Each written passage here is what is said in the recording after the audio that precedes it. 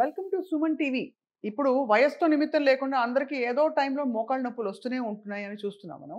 కానీ ప్రతిదానికి దాదాపుగా ఎక్కువగా సర్జరీ ఆప్షన్‌కి వెళ్తున్నారు.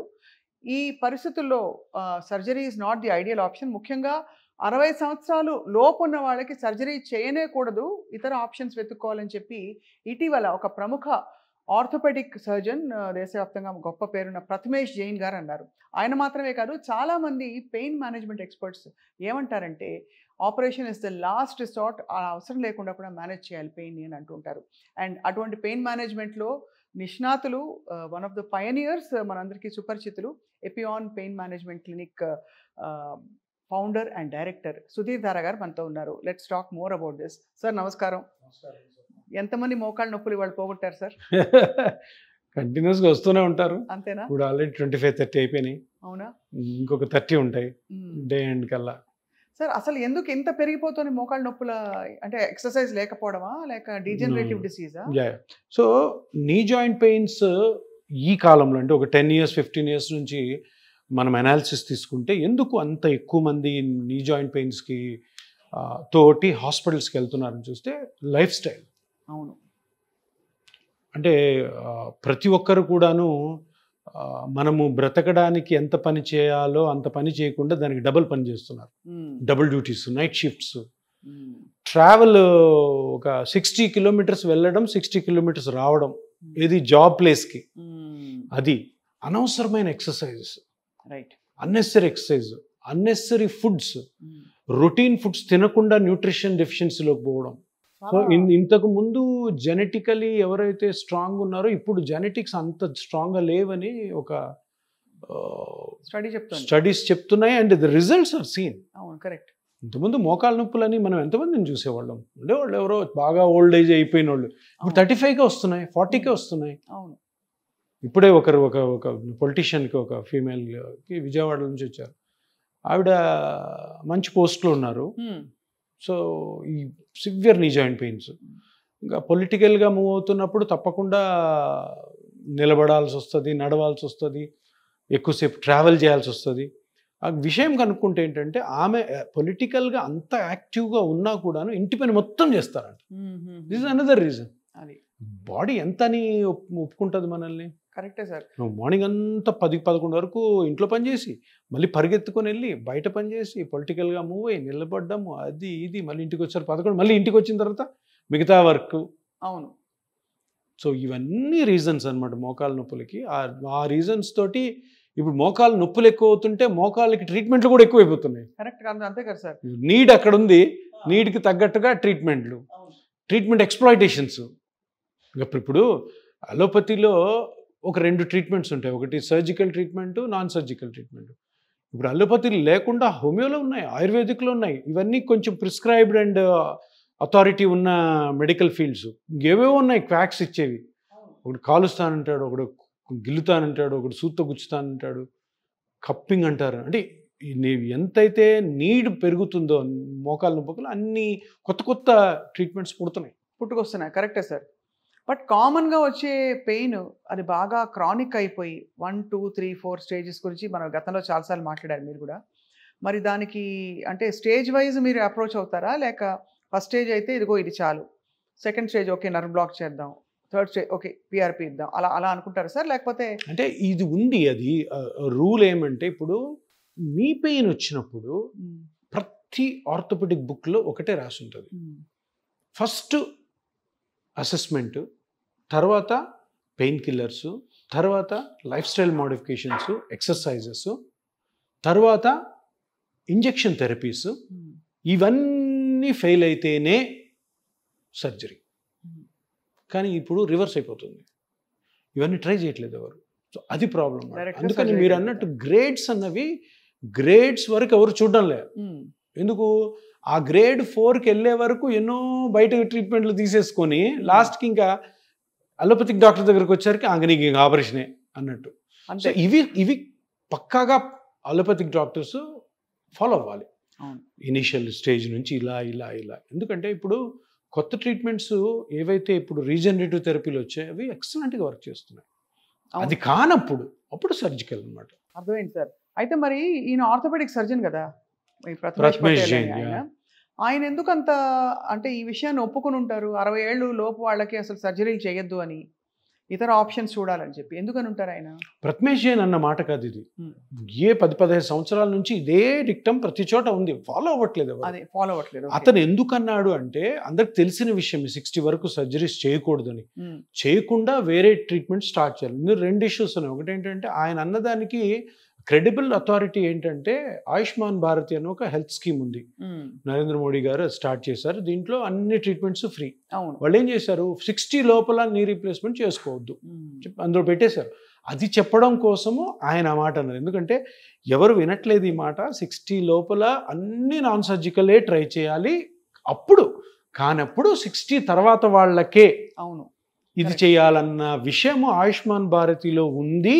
ఇది national health scheme, very prestigious scheme, దీన్ని అందరూ ఫాలో అవ్వాలని చెప్పడానికే ఆయన ఆ మాట అన్నారు. సో ఇది ఎప్పటి నుంచో ఉంది, అదే తెలియదు ఎవరికి. మామూలుగా కూడా సార్, ఇప్పుడు సర్జరీ అంటే చాలామంది భయపడతారు, ఎవరు ఇష్టపడరు. కాకుండా కూడా సరే సక్సెస్ఫుల్గా సర్జరీ ఒక 50 years చేశారనుకోండి, ఫెయిల్ అవ్వచ్చు. ఫెయిల్ కాకపోయినా దానికి నీ క్యాప్స్కి ఒక లాంగివిటీ ఉంటుంది కదా, ఒక కొన్నేళ్ళాక మళ్ళీ తీసి చేయాలి కదా సార్. ఎన్నేళ్ళు సార్? ఎవ్వరు చెప్పలేరు, చెప్పలేరు. ఎవరైనా చెప్పారంటే కూడా తప్పే. Hmm. అంటే అందరు అంటారంటే 10 years 15 years 20 25 అంటారంటే అవి ఏంటంటే అన్ని ఇంప్లాంట్స్ యొక్క age. Hmm.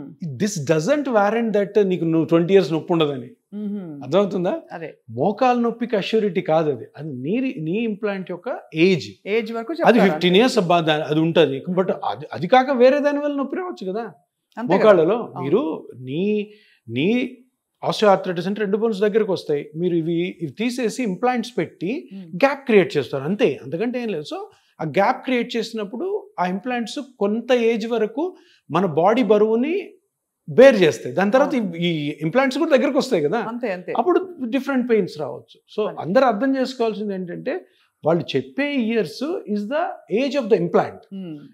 It doesn't say that మీకు అన్ని సంవత్సరాలు నొప్పి ఉండదు అని. నొప్పి వేరే కారణాల వల్ల రావచ్చు కదా, అవునవును అంతే కదా. లిగమెంట్స్ ఉంటాయి, మజిల్స్ ఉంటాయి, టెండాన్స్ ఉంటాయి, వీటి వల్ల రావచ్చు, బోన్స్ వల్ల రావచ్చు, రెస్ట్ ఆఫ్ ద బోన్ ఉంటుంది దానివల్ల రావచ్చు. Hmm. సో అందరు అర్థం చేసుకోవాల్సింది ఏంటంటే మీకు నీ మీద ఆపరేషన్ జరిగినంత 100% ఇది ఫుల్ ప్రూఫ్ కాదనమాట. అంటే వేరే కారణాల వల్ల కూడా పెయిన్ రావచ్చు.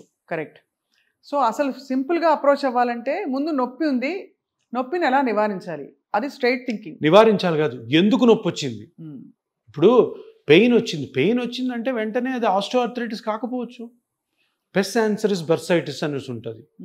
నీకు medial collateral ligament, lateral collateral ligament అని ఉంటాయి, వాటికి డ్యామేజ్ అయితే రావచ్చు, అవి స్ట్రెయిన్ అయితే రావచ్చు, క్వాడ్రిసెప్స్ మజిల్ వీక్నెస్ అయితే రావచ్చు, మెనిస్కస్ డ్యామేజ్ అయితే రావచ్చు, కార్టిలేజ్ డ్యామేజ్ అయినా రావచ్చు. ఇప్పుడు మనం ఏం చేస్తున్నాము, మోకాలు నొప్పి వచ్చింది, ఏజ్ అయిపోయింది అనగానే పెద్ద ఆపరేషన్స్కి వెళ్ళే ప్రయత్నం చేస్తున్నాం. జనాలందరూ అట్లే ఉన్నారు, చేసే డాక్టర్ కూడా. అది కాదు, ఫస్ట్ మనం కనుక్కోవాల్సింది ఏంటి, ఎందుకు నొప్పి వస్తుంది. ఏదో చిన్న పార్ట్ వల్ల వస్తుందేమో ఎవరికి తెలుసు, ఒక స్కానింగ్ చేసుకొని దాన్ని కరెక్ట్ చేసుకోవడం ద్వారా నువ్వు సర్జరీని చాలా రోజులు పోస్ట్పోన్ చేసుకున్నావు. సో ఇది కనుక్కోవాలంటే పెయిన్ జనరేటర్ అంటాం. పెయిన్ ఎక్కడ జనరేట్ అవుతుందని ఫస్ట్ కనుక్కుంటే ట్రీట్మెంట్ సింపుల్ అయిపోతుంది. అంతే కదా. అంతే కదా. సో అలా సార్, అయితే మరి మీ దగ్గరకు వచ్చి ప్రిస్క్రిప్షన్ ఫర్ సర్జరీ వాళ్ళకి ఆల్రెడీ ఇచ్చి, నేను ఇదిగో అండి ఇది ఇచ్చారు కానీ నేను ఆపరేషన్ చేయించుకోను, నాకు మీరు ఏం చేసి పెడతారని మీరు ప్రొలాంగ్ చేసి సర్జరీ అవాయిడ్ చేసిన కేస్ స్టడీస్ ఏమైనా ఉన్నాయా? అన్నీ అవే దాదాపు. అంటే సర్జరీకి వెళ్ళి వాడు వచ్చారా? అందరూ ఫస్ట్ ఆర్థోపెడిషియన్ దగ్గరికి వెళ్తారు, ఎందుకంటే అందరికి అలవాటు కదా. మోకాలు నొప్పి వచ్చింది, మన ఫ్యామిలీ డాక్టర్ దగ్గరికి వెళ్ళాం వెంటనే ఆర్థోపెడిక్ డాక్టర్ దగ్గరికి వెళ్ళమంటారు. ఆర్థోపెడిక్ డాక్టర్ చూస్తాడు. కొంతమంది డాక్టర్ లేదులేమ్మా ఇది చాలా ఎర్లీ స్టేజ్ ఉంది నేను చేయను అంటారు, కొంతమంది చేస్తానంటారు. కానీ ఇక్కడ ఇష్యూ ఏంటి, ఆప్షన్ పేషెంట్ది, మంది కాదు. అవును, పేషెంట్ నా దగ్గరికి వస్తారు, అన్నీ వాళ్ళ దగ్గర ఉన్న చిట్టా ఉంటుంది కదా ఆర్థోపెడిక్, అన్ని లోపల పెట్టారు, చూపించరు. ఎందుకు, ఎక్కడ నేను మళ్ళీ సర్జరీ అంటానని. అంతే కదా. ఇప్పుడు నేను కూడా అమ్మ అంతమంది పెద్ద పెద్ద డాక్టర్లు చూశారు కదా, సర్జరీ చేసేసుకోండి అంటానేమో అన్న భయంతో చూపించకుండా, సార్ నాకు ఇది ఉంది ఇలా ఉంది, నేను ఎన్ని సంవత్సరాల నుంచి బాధపడుతున్నాను, మీరు ఈ ట్రీట్మెంట్ చేస్తానన్నారు, మీరు చేయగలరా లేదా, సింపుల్ స్ట్రైట్ ఫార్వర్డ్. నేను చూస్తాను, చూసి అమ్మా ఇది బాగా అరిగిపోయిందమ్మా మీరు సర్జరీకి వెళ్ళని పెట్టండి. సార్ నా దగ్గరికి వచ్చే పేషెంట్ ఎవ్వరు కూడా సర్జరీ అంటే ఇష్టం ఉండదు, సార్ మీరు చేయగలరా లేదా. నేను ఎవరిని, పెయిన్ మేనేజ్మెంట్ స్పెషలిస్ట్ని. సో వాళ్ళ సర్జరీకి ఇష్టం లేనప్పుడు సర్జరీకి వెళ్ళకూడదు అన్నప్పుడు నేను తప్పకుండా వాళ్ళ పెయిన్ని ఏదో ఒక మార్గం ద్వారా తగ్గించాలి. తప్పదు, అది మెడికల్ ఎథిక్స్. అది తప్పకుండా తగ్గించాలి. నన్ను చాలా మొన్న కాన్ఫరెన్స్లో నేను టాక్ ఇస్తుంటే ఒక డాక్టర్ అడిగాడు, ఆర్థోపెడిక్ డాక్టర్, సార్ బాగానే ఉంది, మీరు పిఆర్పి చేస్తున్నారు, ప్లాస్మా థెరపీ చేస్తున్నారు, రీజనరేటివ్ థెరపీలో మీరు బాగా ఎక్స్పర్ట్, మరి ఏ కేసుకి ఆపరేషన్కి మీరు పంపిస్తారు, ఏ కేసుకి మీరు పిఆర్పి కానీ ప్లాస్మా థెరపీ చేస్తారు చెప్పండి అంటే, నేను ఆప్షన్స్ మనవి కాదండి, పేషెంట్ ఇది ఆప్షన్.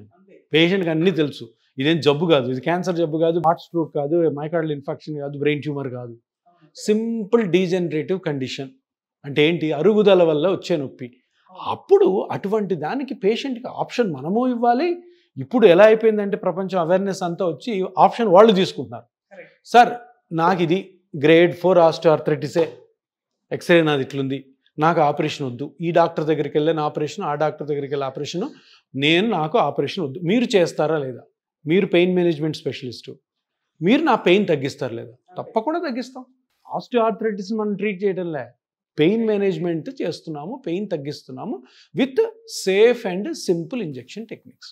సార్ ఇప్పటికీ మీరు ఎపియాన్ పెట్టినప్పటి నుంచి అంతకు ముందు నుంచి కూడా ఎంతమందికి లెక్క పెట్టారు? అసలు అంత పర్ఫెక్ట్ లెక్క పెట్టలే, must be more than 50,000 range రఫ్గా. పర్మనెంట్ తగ్గిపోయిన వాళ్ళకి, లేకపోతే అంత అట్లా ఉండదు. సో ఏ ట్రీట్మెంట్లో కూడా పర్మనెన్సీ ఉండదు, ఏ ట్రీట్మెంట్లో 100% ఉండదు. సో తగ్గిపోతుంది, మెయింటైన్ చేస్తూ ఉండాలి, మెయింటైన్ చేసుకోవాలి. అప్పుడు నాకు 3-4 ఇయర్స్ తర్వాత మళ్ళీ వస్తారు కొంతమంది, సార్ అప్పుడు 3-4 ఇయర్స్ బాగుంది సార్, ఈ మధ్య యూఎస్ వెళ్ళాను, చార్ధామ్ యాత్రకి వెళ్ళాను, ఇంక చెప్పిన వినరు కదా వీళ్ళు, కొంచెం నొప్పి వచ్చింది సార్, నొప్పి రావచ్చు, అప్పుడు ఏం చేస్తాం, మళ్ళీ స్కాన్ చేస్తాం. స్కాన్ చేస్తే ఆ రోజు ప్రాబ్లం ఆస్టియోఆర్థరైటిస్ కాకపోవచ్చు, వేరేది ఏదైనా అవ్వచ్చు, దాన్ని ట్రీట్ చేస్తాం. కానీ చార్ధామ్ యాత్రకు వెళ్ళడం వర్త్ ఇట్ సార్. అంటే నొప్పున్నా కూడా ఎలాగో మీరు తగ్గించేస్తారు, నడవాలి, కానీ మీరు పెయిన్ తగ్గించేస్తారని ఒక నమ్మకం ఉంటే. నేను చార్ధామ్ యాత్ర తప్పకుండా వెళ్ళే వాళ్ళకి ఏం చెప్పంటే, నేను చేస్తాను, వెళ్ళు రా, కొంత డ్యామేజ్ ఏంటో మళ్ళీ చేస్తాను, మళ్ళీ చేద్దాం, అంతే కదా, సింపుల్ జీవితం అంతే కదా సార్. ఎక్కడ పర్ఫెక్ట్ బాడీస్ ఎవరికి ఉండవు, అలా పర్ఫెక్ట్ బాడీ తప్పకుండా చార్ధామ్ యాత్రకి వెళ్తానన్న వాళ్ళని మనం వద్దన్న వెళ్తారు, డోలీలోనే వెళ్ళిపోతారు. సర్లేమ్మా ట్రీట్మెంట్ స్టార్ట్ చేసుకో, వెళ్ళాక కూడా కొంత డ్యామేజ్ అవుతుంది, అది కూడా సెట్ చేస్తాను. ఇంకా వాళ్ళ కోరికను ఎందుకు కాదనకూడదు, అంతే కదా సార్. సో గోల్డెన్ రూల్ ఏంటంటే, జీవితంతో అఫ్ కోర్స్ మనకి తప్పనివి ఎలాగో కార్యక్రమాలు అవుతూనే ఉంటాయి, యాత్రలు కావచ్చు, ఇంట్లో బాధ్యతలు, పనిచేసే నిలబడి ఉండే వాళ్ళకి ఇంకా పరిస్థితి, ట్రాఫిక్ కానిస్టేబుల్స్కి వాళ్ళకి చెప్పక్కర్లేదు, టీచర్స్కి, వీళ్ళందరికీ. సరే, వాటన్నిటితో పాటు ఏంటంటే లాస్ట్ రిసార్ట్ ఆపరేషన్, కత్తి పడకూడదు శరీరం మీద సాధ్యమైనంత వరకు. ఎగ్జాక్ట్లీ. అంతకంటే ముందు చాలా మంచి మంచి ఆప్షన్స్, ఇప్పుడు ఇంకా లేటెస్ట్ అడ్వాన్స్ పిఆర్పి కూడా వచ్చింది మీ దగ్గర. సో దాన్ని తప్పకుండా ఓపెన్ మైండ్తో, ఓపెన్ నీస్తో, క్లోజ్డ్ నీస్తో ఎక్స్ప్లోర్ చేస్తే never open your knees again అని, అది it's very very reassuring sir. So అంటే ఇప్పుడు నేను చెప్పేది ఏంటంటే, అవేర్నెస్ మొత్తం మన 4 స్టేట్స్లో, ఆంధ్ర, తెలంగాణ, కర్ణాటక, తమిళనాడు వచ్చేసింది. ఏంటి వచ్చింది, surgery is a very good option, but సర్జరీకి ముందు ఇంకా మంచి ఆప్షన్స్ ఉన్నాయి. అందుకనే పేషెంట్ ఆప్షన్సే ఇప్పుడు అయిపోయినాయి, మనం ఏం చెప్పాల్సిన అవసరం లేదు, వాళ్ళకి మనం చేసేది ట్రాన్స్పరెంట్గా, ఇది జరుగుతుంది, నేను ఇది చేస్తున్నాను, మీరు ఇలాగ డిసిప్లిన్డ్గా స్ట్రిక్ట్గా ఉండాలి, అంతే, as simple as that. So అది విషయం అన్నమాట. 60 ఏళ్ళు లోపు వాళ్ళు అసలు సర్జరీ చేసుకోవాల్సిన అవసరం కూడా లేకుండా, పెయిన్ మేనేజ్మెంట్ అంటే పెయిన్ అప్పుడు వచ్చినప్పుడు తగ్గించుకోవడానికి అనేక మార్గాలు ఉన్నాయి. ఇంకా మరిన్ని వివరాలు కావాలంటే అఫ్ కోర్స్ సుధీర్ దారా గారు అందరికీ అందుబాటులో ఉంటారు, సుపరిచితులు. ఎపియాన్ పెయిన్ క్లినిక్కి రావచ్చు, మీరు అన్ని స్కానింగ్లు ఇక్కడే జరుగుతాయి, వారే నిర్ణయించి సూచనలు ఇస్తారు, డెసిషన్ మీది, సర్జరీ కావాలా వద్దా, అంతే కదా సార్? అంతే. Thank you very much sir. Thanks అమ్మా, నమస్కారం.